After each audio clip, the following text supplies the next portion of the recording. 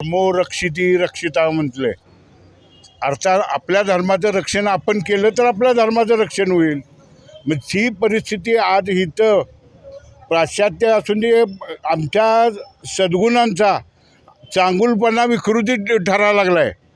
हिंदूंची सद्गुण विकृती व्हायला लागली आहे. काय कशा पद्धतीनं तर जे म्हणजे अतिशय घाणेरड्या गोष्टी आमच्या प्रदूषण एक प्रकारचं पसरले संपूर्ण समाजात आणि जे समाजाचा विध्वंस करायला लागले तर ते कसं हे आपल्याला उघड्या डोळ्यानं दिसतंय.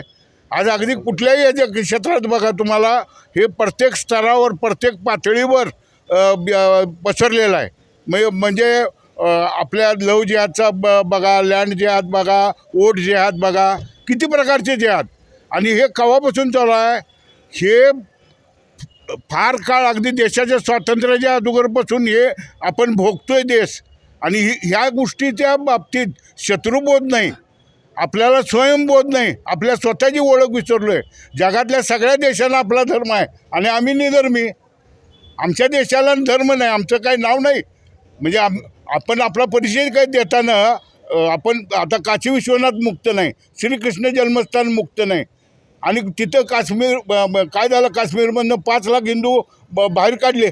बांगलादेश आणि पाकिस्तानमधनं हिंदू सपिले, मंदिरं फोडली, उद्ध्वस्त केलं सगळं. हिंदू शिक्षण व्यवस्था असून दे प्रत्येक क्षेत्रातलं हिंदूंच्या विरोध किती. आता वंदे मातरम बघा, पूर्ण वंदे मातरम आत्ता आलं, याचं स्वागत करतो आहे आम्ही. नरेंद्र मोदींना ह्या संदर्भात अभिनंदन करू, पण त्याचबरोबर पाकिस्तानला शत्रू राष्ट्र म्हणून घोषित करा, कारण ते कधीच सुधारणार नाही, सतत आपल्या देशाच्या विरुद्ध कार्य करत राहील. जय श्रीराम. जय श्रीराम. ऐकलं, गोकुळची बासुंदी पुन्हा खावीशी वाटतेय. खरं सांगू, मलाही खावीशी वाटतेय. पुन्हा पुन्हा खावीशी वाटणारी गोकुळ बासुंदी.